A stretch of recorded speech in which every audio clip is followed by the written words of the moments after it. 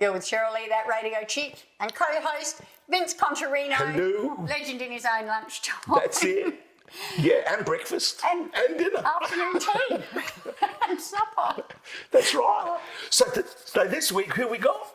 As part of our Legend series on Rider TV, went out to the Bridgeway and interviewed Ross Wilson while he was here in Adelaide doing 3 gigs. Geez, he's still working away. He won't stop. Now, he's an oldie but a goodie. He's got so much. I mean, I only found out recently he produced a lot of the Skyhooks stuff. Yeah. And then as soon as I'm there, I can hear that now. Yeah. So he's a good record producer as well. Man, and he is. Still going strong. So let's have a chat to the legend that is Ross Wilson. All right.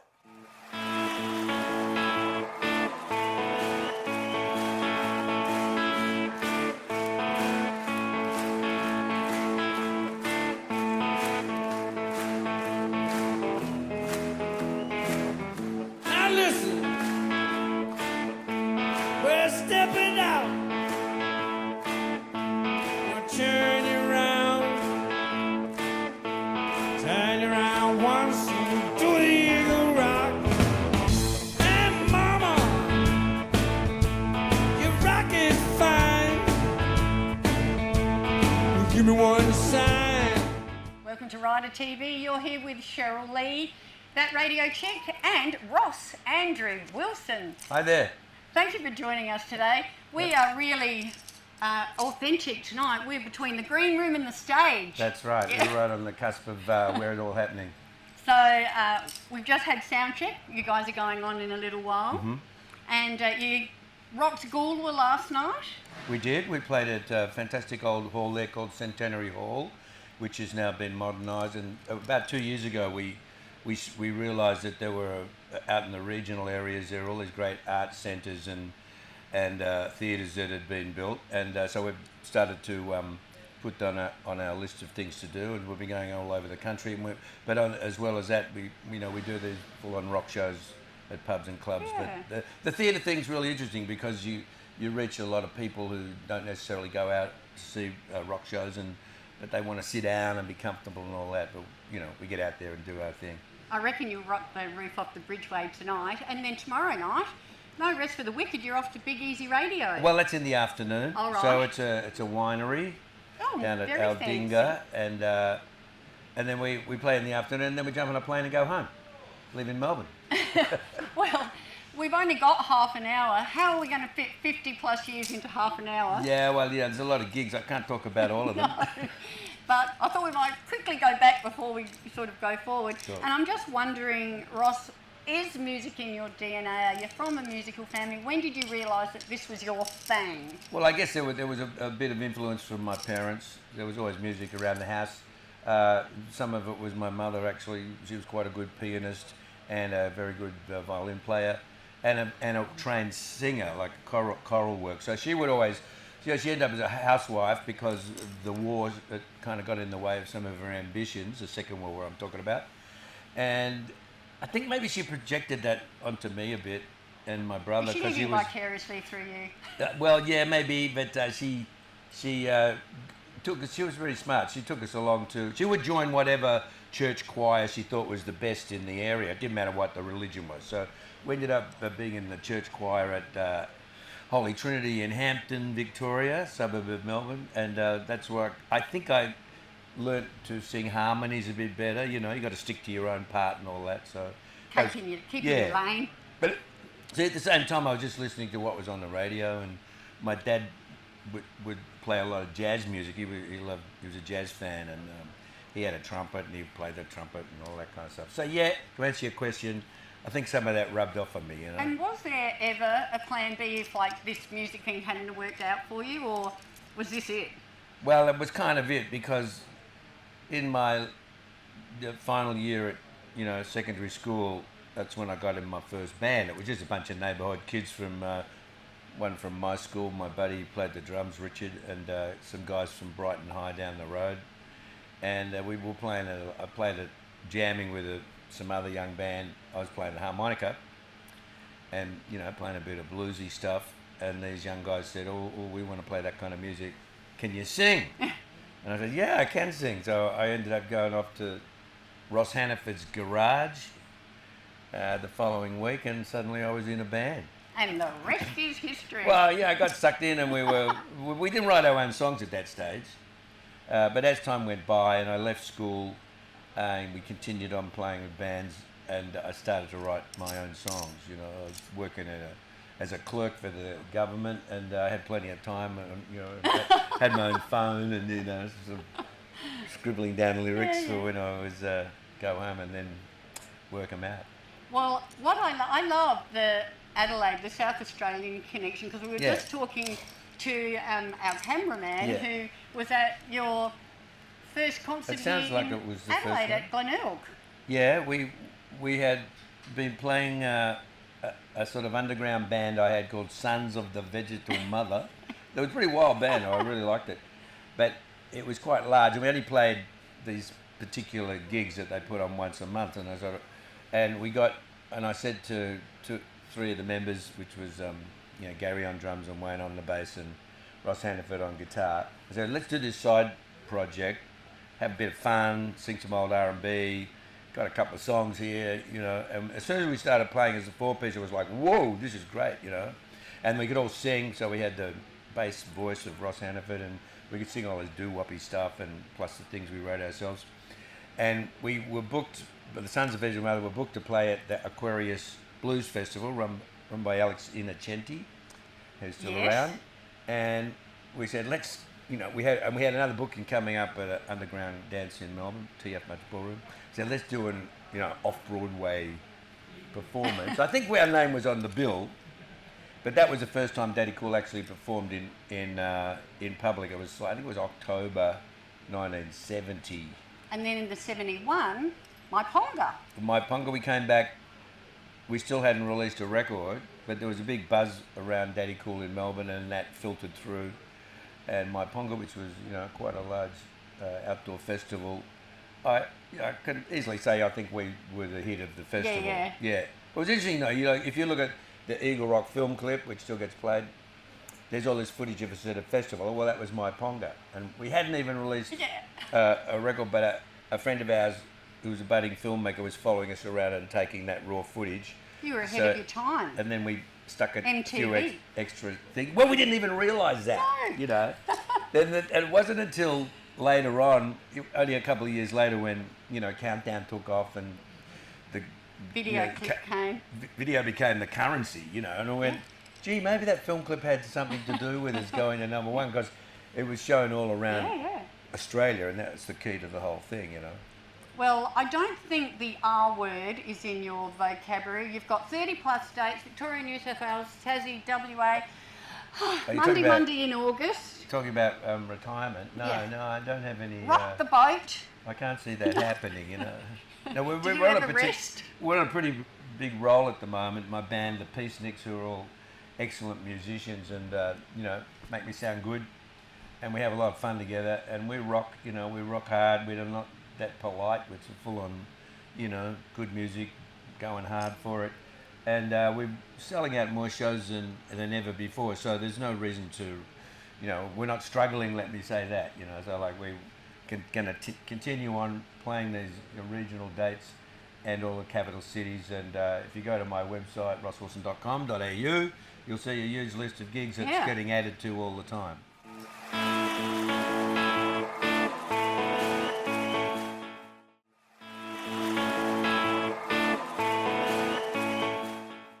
So I think you're one of the few artists who can't say that you're going to have a comeback because you've never actually ever stopped. No, I never stopped really.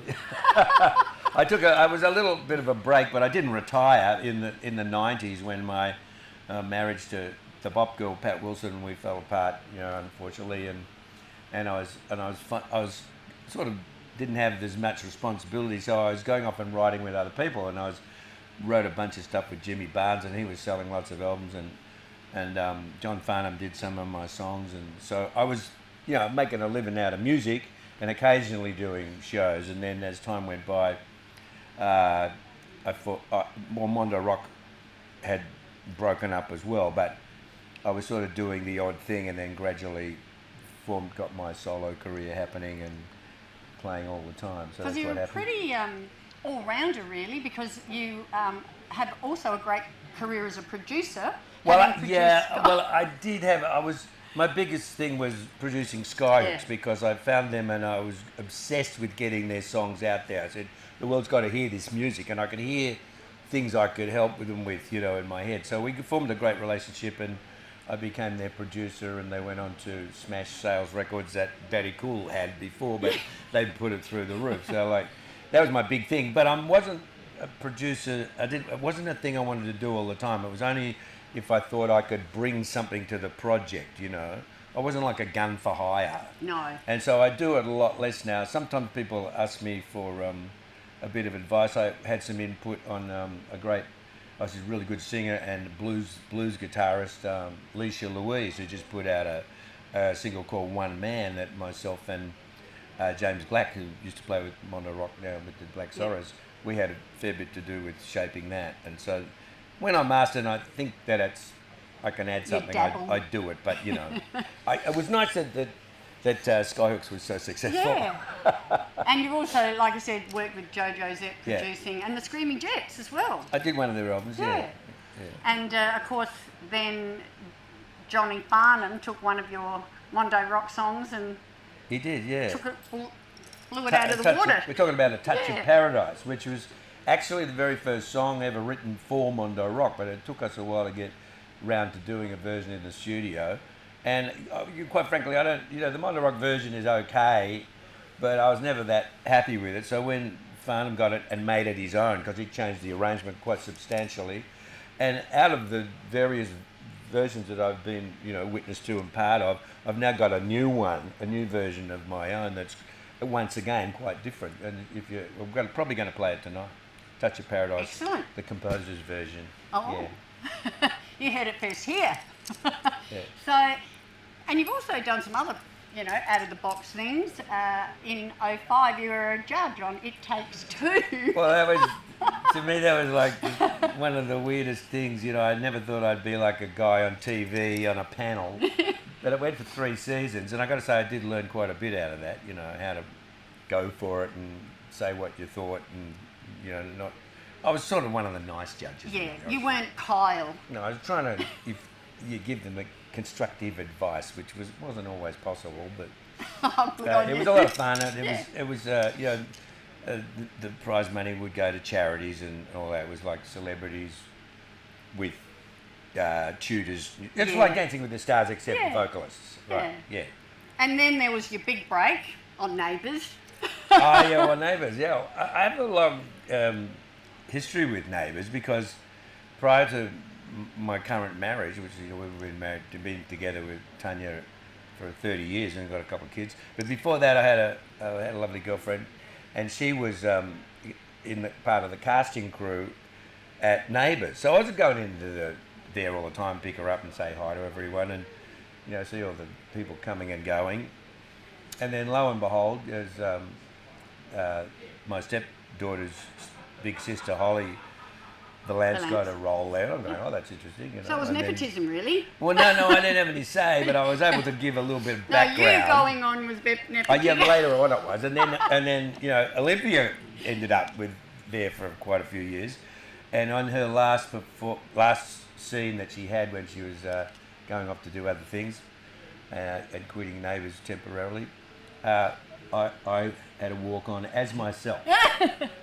And had a few lines. Well, learning the lines is the hardest part, But I had done some really terrible Z-grade movies where I had to learn pages of terrible dialogue. So I had an insight into that just relax, learn the lines. Yes.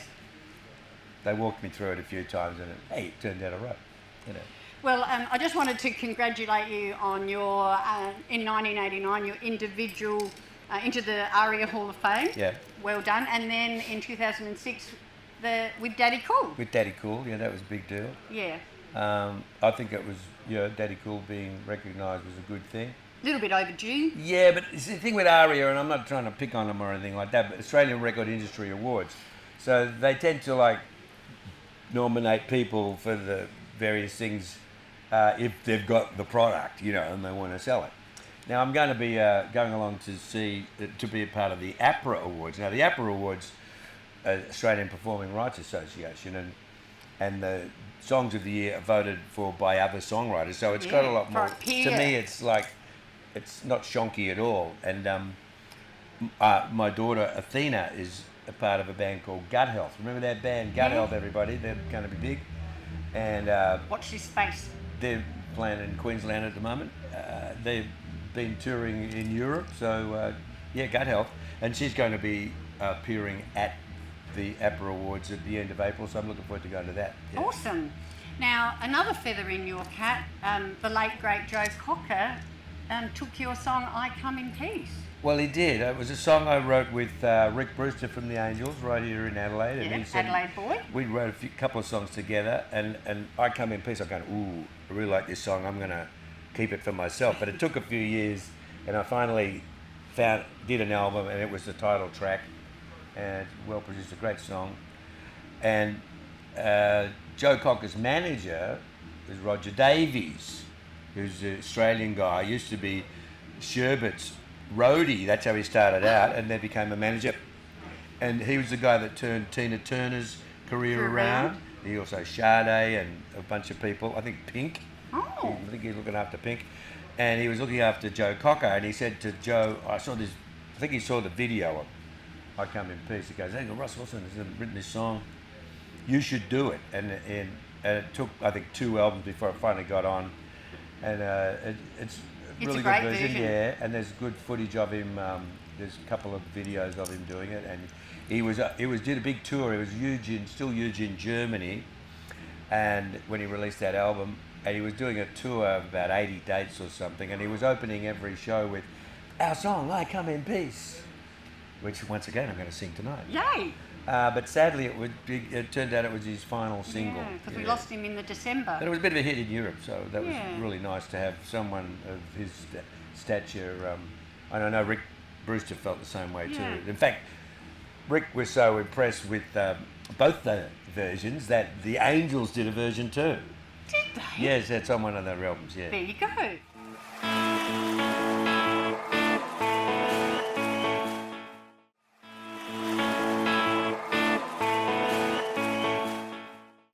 So speaking of the Angels, you know, Aussies tend to do this sort of thing, like, am I ever going to see your face again? Yeah. But now you've got an actual physical a thing that happened that, just like the Angels, that when they first heard that chant from "Ever Going to See it," they go, "What did we do wrong? Why are they swearing at us?" You know. And it turned out there was this thing in Mount Isa. They were in Mount Isa, and the DJ was the one who sort of get the people to do it. So did that happen to you? But now it's gone nationwide. Well, yeah, I wasn't aware of this thing where it occurred, and I think it was Queensland University claimed they started it, and it's spread all over the nation. It's when Eagle Rock is played, not necessarily by me, but made the record in a pub or particularly at 21sts and weddings and all that.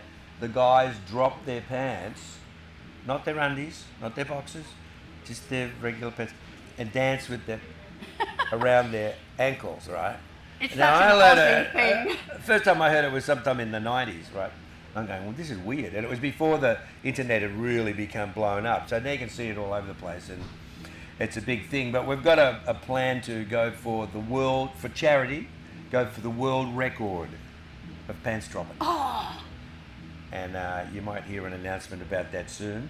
I'm not divulging where it is yet because it hasn't been locked in. But it'd be pretty easy to get the world record because no one's ever... Yeah, there's 0. Yeah, that's right. We could have like 100 guys or something.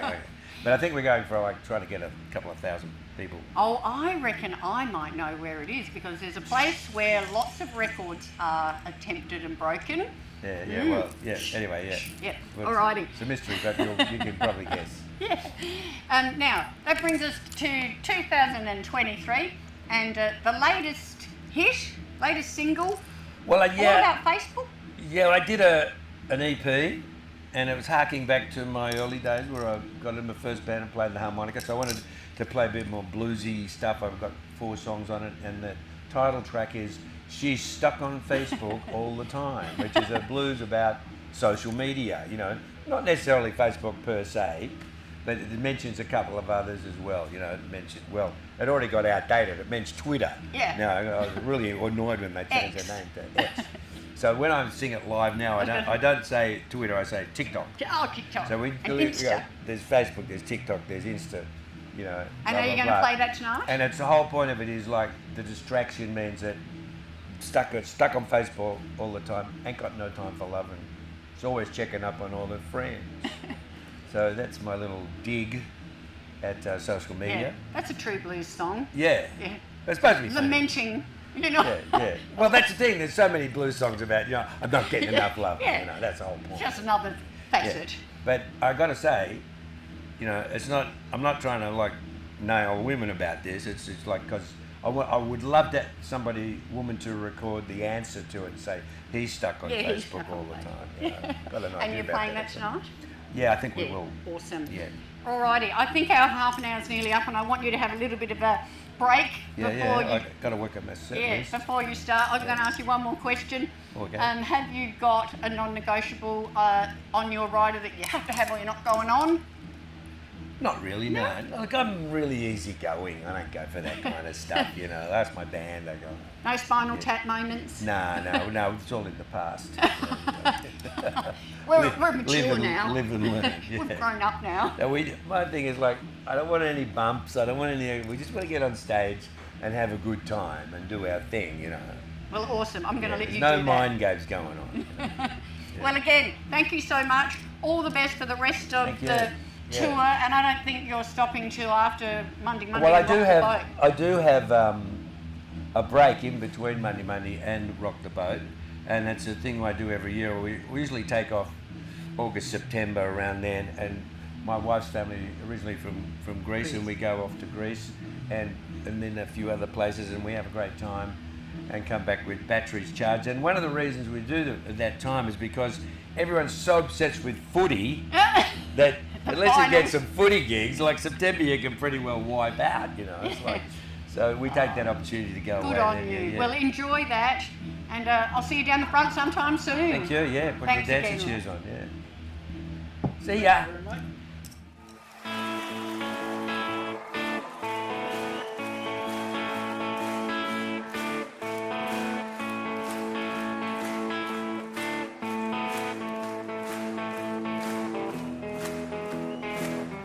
Now listen, we're stepping out. We'll turn you around once and do the eagle rock. And mama, you rock it fine.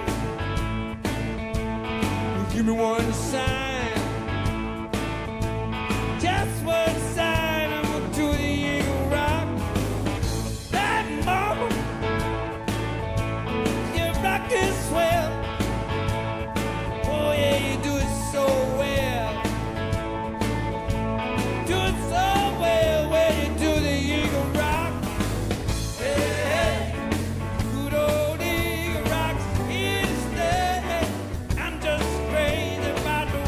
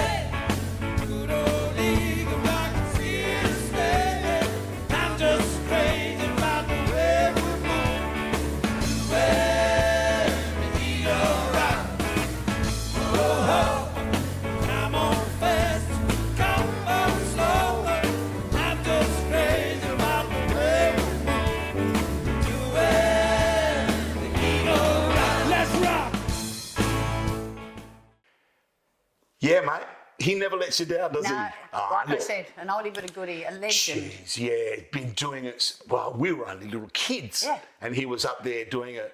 Maiponga Festival, wow. Exactly right. Yeah. So it's 50 plus years. Yeah. Well, good on you, Ross. And it's goodbye from me and goodbye from her. Same bat time. Same bat channel next week.